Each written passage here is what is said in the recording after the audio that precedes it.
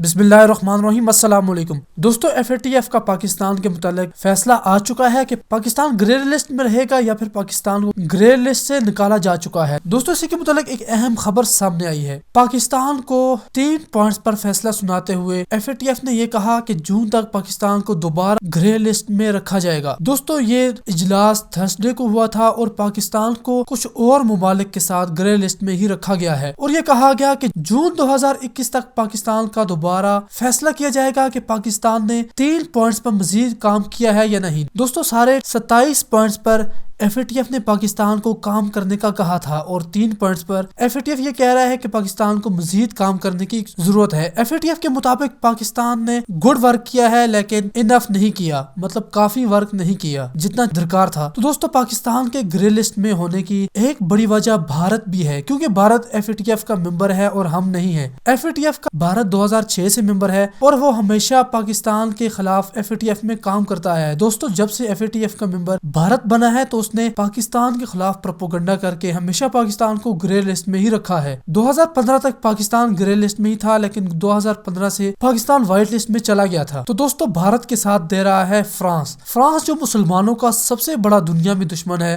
وہ پرواہ نہیں کرتا کہ آپ کس ملک سے ہیں، بس اسے یہ دیکھنا ہے کہ آپ مسلمان ہیں، تو فرانس آپ کے سخت خلاف ہے۔ دوستو، فرانس نے ہمیشہ مسلمانوں کو ہی استعمال کر کے مسلمانوں کے خلاف کام کیا ہے۔ اسلامو فوبیا پر بھی فرانس کو پاکستان نے کافی کھری سنائی تھی، اور پاکستان نے اپنا سفیر تک فرانس میں نہیں بھیجا۔ اس لیے فرانس نے بھی اس FATF کے اجلاس میں بھارت کا ساتھ دیا اور FATF پر دباؤ ڈالا کہ پاکستان کو مزید گرے لسٹ میں ہی رکھا جائے۔ تو دوستو، بھارت اور فرانس کے کافی اچھے تعلقات ہیں، اور انہوں نے ہی مل کر پاکستان کے خلاف FATF پر دباؤ ڈالا کہ وہ اسے مزید گرے لسٹ میں رکھے، کیونکہ دوستو دونوں FATF کے ممبر ہیں اور دونوں کے تعلقات بھی بہت زیادہ اچھے ہیں۔ اسلامو فوبیا پر فرانس تو ہمیشہ مسلمانوں کے خلاف ہے، اور بھارت کے ساتھ تو اس کے تجارتی تعلقات بھی بہت زیادہ اچھے ہیں، اس لیے فرانس نے بھارت کا ساتھ دیا اور FATF میں پاکستان کے خلاف ووٹ دے دیا۔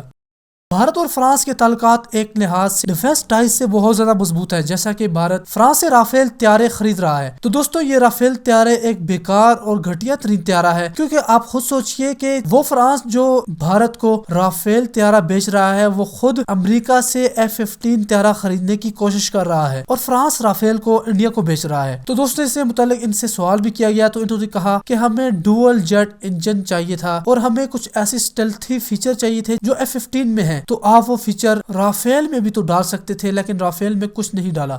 رافیل ایک ملٹی رول فائٹر جیٹ ہے جو بہت بھاری ہے، جبکہ اسے پاکستان کے F-17 تھنڈر سے کمپیئر کیا جائے تو پاکستان کا F-17 تھنڈر بہت لائٹر ایئر کرافٹ ہے، اس لیے اس نے دوستو Su-30 جیسے بھاری بھرکم طیارے کو ایک ہی وار میں گرا دیا تھا۔ دوستو، پاکستان نے انڈیا کے خلاف بین الاقوامی سطح پر بھی کام شروع کر رکھا ہے، جبکہ پاکستان نے اقوام متحدہ کو کہا کہ اگر کسی ملک میں ٹیررزم ہوتی ہے تو وہاں پر یونائٹڈ نیشن اپنی فورس بھیجتی ہے، تو کشمیر میں ایسا کیوں نہیں ہے؟ کشمیر میں بھی اقوام متحدہ کی فورس بھیجی جائیں تاکہ وائلیشن جو UN چارٹر کی ہو رہی ہے اسے ختم کیا جائے، کیونکہ انڈیا وہاں پر کھلم کھلا ٹیررزم کرتا آ رہا ہے۔ تو دوستو، پاکستان میں اگر اقوام متحدہ پاکستان کا ساتھ دے دیتی ہے تو پاکستان آرمی تو پہلے ہی تیار ہے، اور اگر اسے اقوام متحدہ کا ساتھ مل جاتا ہے اور اقوام متحدہ کی فورس پاکستان سے ہی ہو کر جموں کشمیر میں چلی جاتی ہے، تو پھر پاکستان کی فورس بھی بڑے ہی آرام سے جموں کشمیر چلی جائے گی۔ تو دوستو، اس کے بعد پھر پورا کا پورا کشمیر پاکستان کے پاس